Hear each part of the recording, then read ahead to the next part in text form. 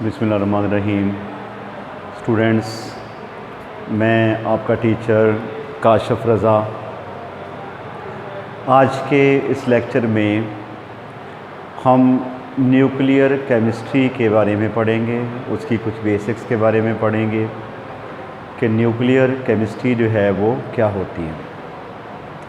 जैसा कि नाम से ज़ाहिर है, न्यूक्लियर से मुराद कि केमिस्ट्री की ऐसी ब्रांच जो न्यूक्लियस की किसी भी एटम के न्यूक्लियस की स्टडी करती है वो कहलाती है nuclear chemistry.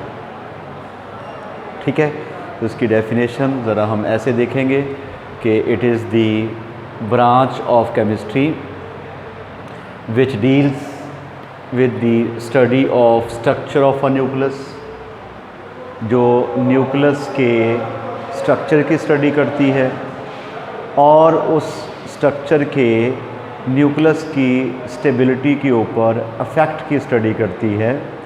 That branch is said to be a nuclear chemistry.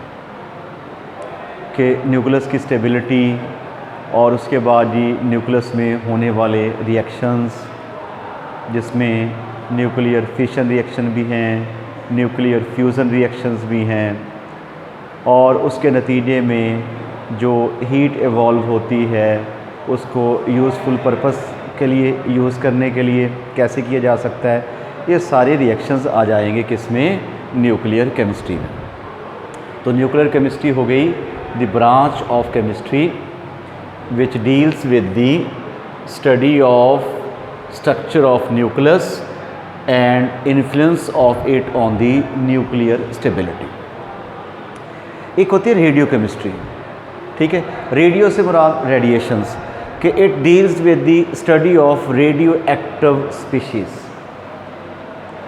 के ऐसे एलिमेंट्स जिनका एटॉमिक नंबर जो है वो 82 से ज़्यादा हो, उन एलिमेंट्स को हम कहते हैं रेडियो एक्टिव एलिमेंट्स। उनको रेडियो एक्टिव इसलिए कहते हैं कि उनमें से 3 किस्म की रेडिएशंस जो हैं वो निकलती रहती हैं, alpha rays, beta rays and gamma rays. ठीक हो गया, नहीं, alpha particles, beta rays and gamma rays. ठीक हो गया। तो it deals with the study of radio active elements and their applications on various fields। Radio active elements की applications in various fields, उसकी स्टडी जो है वो करती है। दूसरा हो गया रेडिएशन केमिस्ट्री।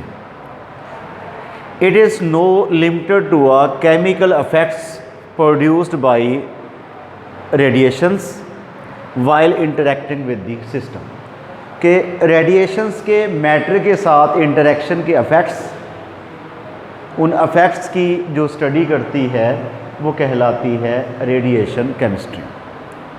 ठीक हो गया, यानी कि मैटर के साथ रेडिएशंस के इंटरेक्शन और उस इंटरेक्शन के नतीजे में जो चेंज आते हैं उनकी जो स्टडी करती है वो कहलाती है रेडिएशन केमिस्ट्री जो है वो कहलाती है।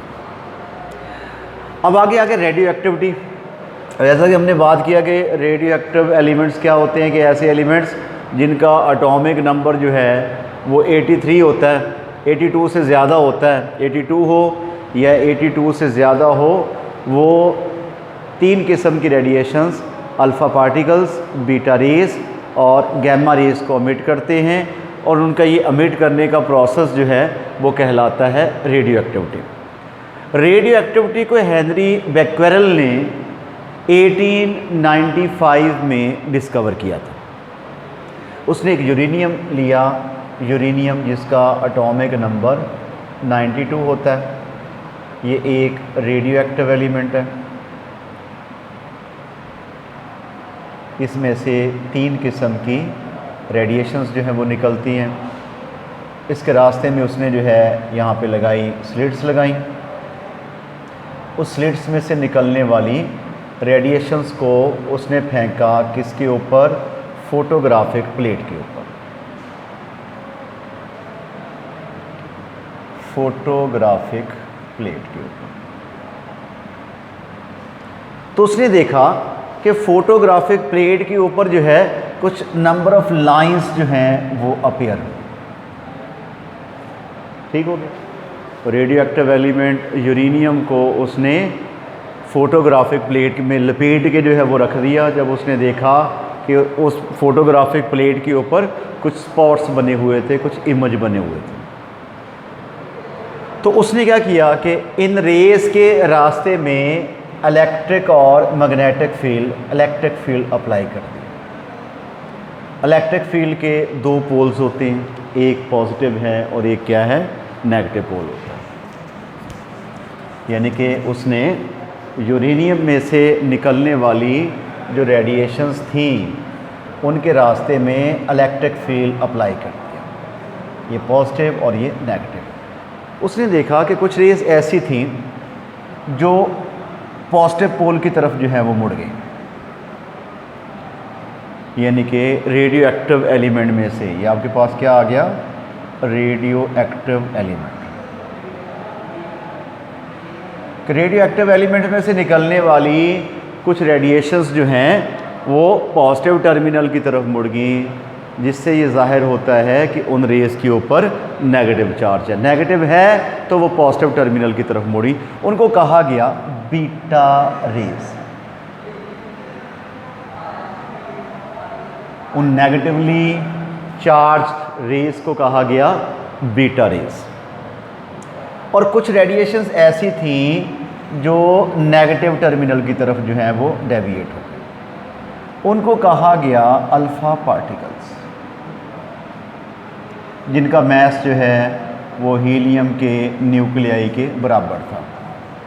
और कुछ रेडिएशंस ऐसी थी जिनके ऊपर जो है इलेक्ट्रिक फील्ड का कोई भी इफेक्ट जो है वो ना हुआ। उन न्यूट्रल रेज को कहा गया गैमा रेज। उन न्यूट्रल रेज का जो है वो नाम क्या कहा गया, गैमा रेज जो है वो कहा गया। ठीक हो गया।